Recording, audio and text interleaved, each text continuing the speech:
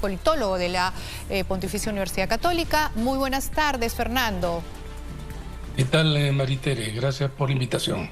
Bueno, un primer comentario sobre este anuncio que ha sido tomado por muchos como una suerte de ultimátum. Mira, sí lo es, ¿no? En la medida en que señala justamente que si es que no se aprueba, se presentarán estas dos iniciativas. Salir el día de ayer en la noche, poco antes de la discusión que se está dando en el Congreso, evidentemente es un mensaje fuerte. Sin embargo, lo que propone es algo que carece de filo. ¿Por qué? Porque si es que hoy día el Congreso decide rechazar el adelanto de elecciones, es decir, no llegar a los 87 votos, ¿por qué posteriormente, cuando la presidenta envíe un proyecto de ley, en el mismo sentido vaya a ser aprobado? No hay nada que les obliga, no existe nada que les obliga a los congresistas así hacerlo. De la misma manera, sobre esta figura que se debe encargar al próximo Congreso a través de la Comisión de Constitución para que reforme totalmente la Constitución, es algo que es incomprensible, porque los que salgan elegidos y constituyan el próximo Congreso no pueden tomar como una obligación, una condición hacer este cambio. Eso no existe en ninguna parte. No existe el mandato imperativo. Por lo tanto, creo que estas dos medidas no tienen, sino quizá el objetivo de recrear las condiciones para una mejor discusión, una mayor más que mejor discusión, pero no es posible, repito. Uno, porque es por demás, y el segundo porque es inoperativo. Claro, definitivamente ella lo que ha dicho ahora es curioso, ¿no? Porque, por decirlo menos, porque ella tiene que saber perfectamente que lo que ha propuesto es inviable, número uno. Sobre todo la segunda situación, que es la que tú planteas, es decir, cómo ella le pide al Congreso que le diga al próximo Congreso lo que tiene que hacer, cuando sabemos perfectamente que efectivamente no hay un mandato imperativo. Entonces, si uno ya escuchando eso, que además se tiene que haber asesorado, sabe que eso no es posible, ¿qué carácter tienen estas declaraciones? Políticas, pero políticas ¿en qué sentido? ¿Apuntando hacia dónde? ¿Cuál es el objetivo, digamos, no? Yo creo que es obviamente presión, ¿no? Sabía ella que los votos, no hay votos para los en un número de 87 para el adelanto de elecciones.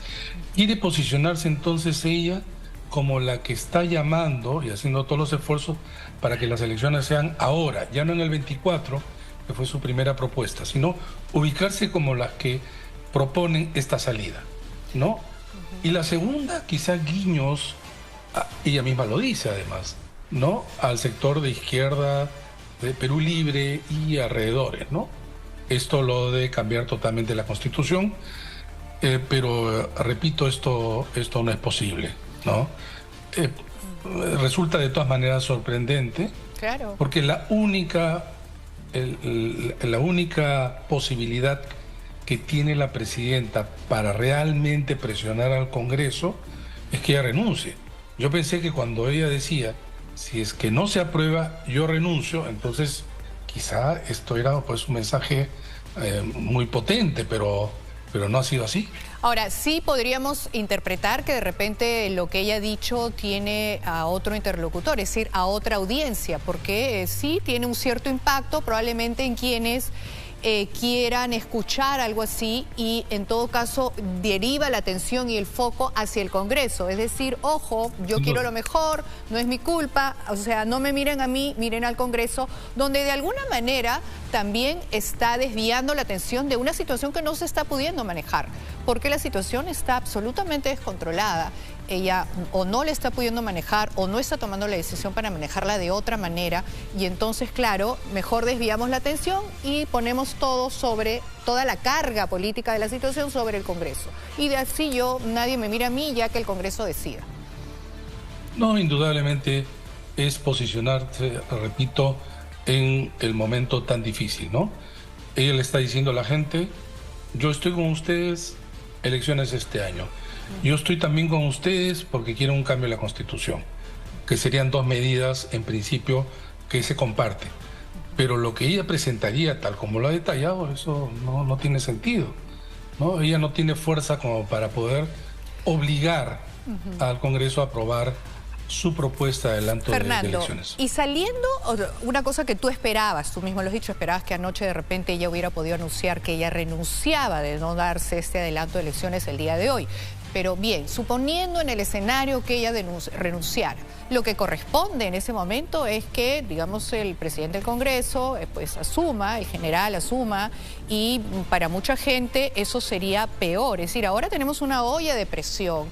Adelantar las elecciones es un elemento que de alguna manera habría un poquito de descompresión esta situación, pero que asumiera él sería también un problema. Mira, acá hay dos cosas. Su renuncia sería visto claramente como un acto en pro de la única salida posible, que es elecciones. En segundo lugar, obviamente obligar a una convocatoria de elecciones que lo haría el presidente del Congreso, quien va a ser encargado de la presidencia de la República. Ahora bien, hay una discusión ya en el seno mismo del Congreso, ¿no? Ante una situación así, ¿se cambiaría la mesa directiva o no? Ese es un poco más complicado. En todo caso,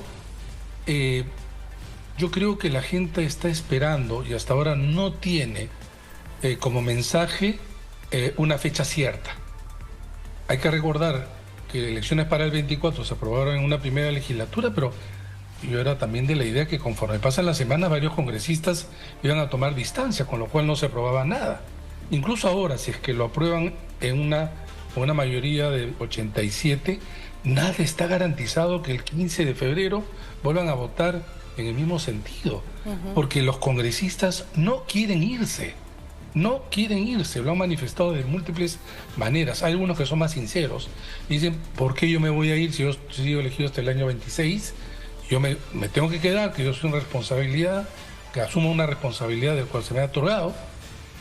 Pero otros no dicen eso abiertamente, sino colocan propuestas, condicionan el adelanto de elecciones a propuestas que saben que no van a tener mayoría. Claro, por ejemplo, en la Asamblea Constituyente. La Asamblea Constituyente la Asamblea Constituyente como un grupo quiere, ¿no es cierto? Sí, vamos a votar siempre y cuando me den también esto. O sea, claramente no hay una voluntad de negociar de ninguna de las partes. No hay. Están completamente porque es curioso, porque en principio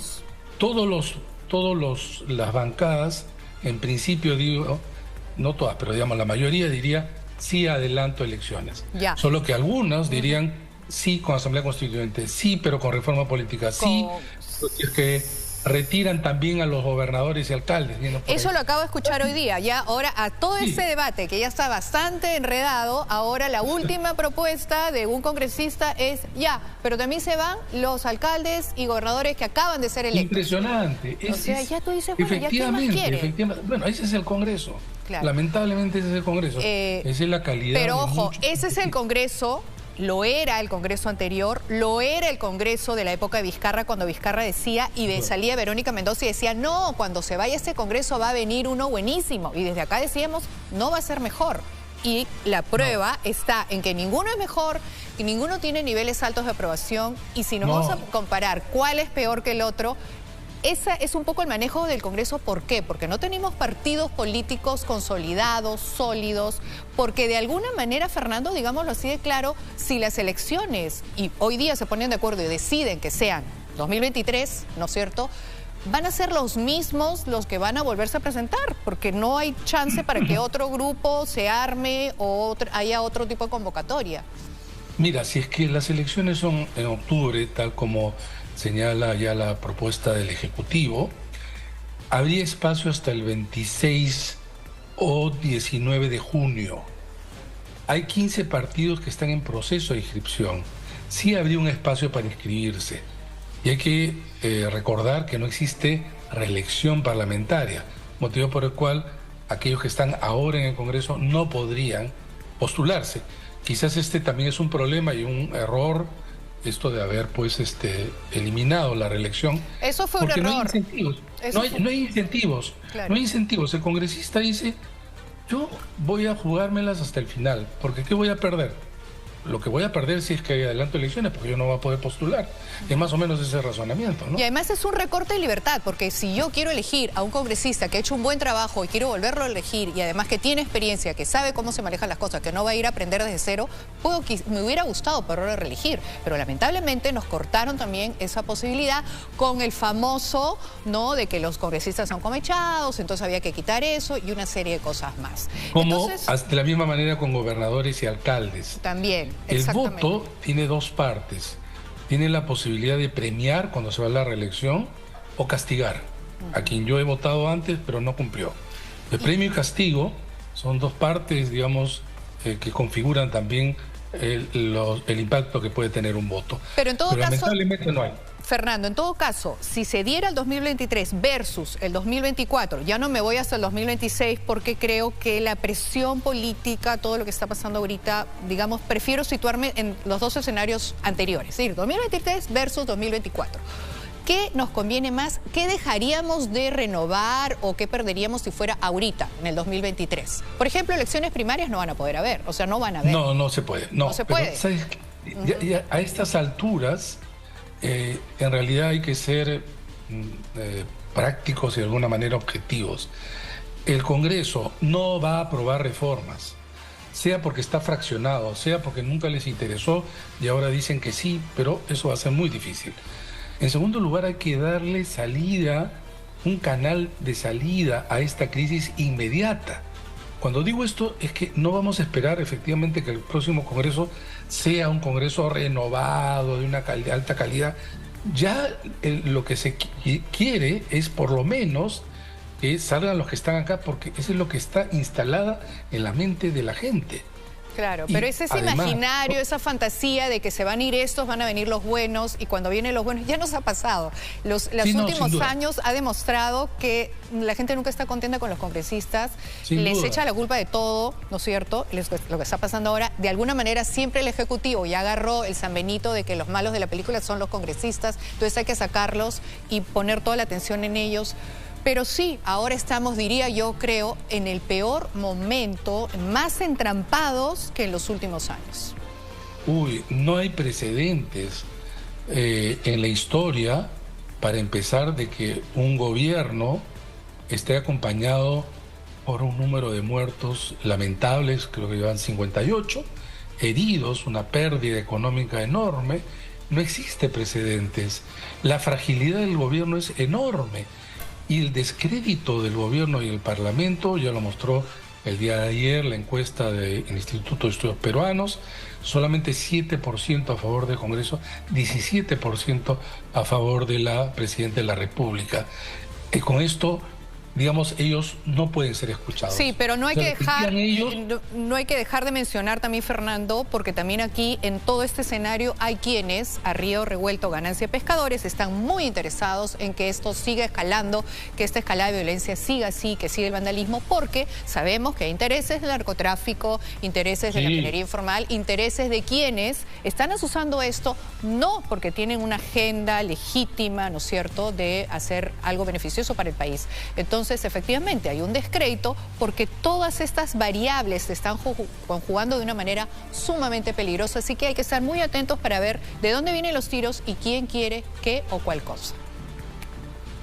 Cierto, mira, tú lo has señalado de manera acertada, pero así es cuando hay un desborde, ¿no? Este es un desborde popular, en el sentido que ha estado lleno el país de manifestaciones de todo tipo y que se han instalado ahí, dependiendo de qué región, qué provincia, una serie de demandas que estaban insatisfechas. Y claro, ahí también han aprovechado estos sectores, desde informales, pasando por mafias criminales, que obviamente están asaltando todo lo que se puede. Pero también es cierto que si tú vas y ves qué piensa la opinión pública está a favor de que haya nuevas elecciones. Ah, pero por supuesto. Está a favor del cambio de nuestros representantes. Claro que sí, Fernando. Vamos a ver si hay un acuerdo mínimo. Vamos a ver si finalmente hoy día, si al final de la tarde, cosa que te digo que como van las cosas, ya han tomado un receso, me da la impresión que esto va a continuar hasta mañana. No vamos a tener respuesta el día de hoy. Que se tomen algunas horas pero que salgan al Pleno, quizá ya con un acuerdo, porque si es que no van al Pleno con un acuerdo, esto se va a archivar. Y exacto. Si se archiva, Bueno, que en buena hora que se tomen el tiempo efectivamente para negociar, sí, para ponerse de acuerdo, sí, para intercambiar ideas y poder salir ya finalmente con una respuesta clara a la población que efectivamente está demandando ya una respuesta concreta. Muchas gracias, caso Fernando. Caso contrario vamos a ir a peores días, lamentablemente. Lamentablemente, así es. Bueno, muchísimas gracias por, gracias a ti por la invitación. tu intervención en el Hasta programa. otro momento.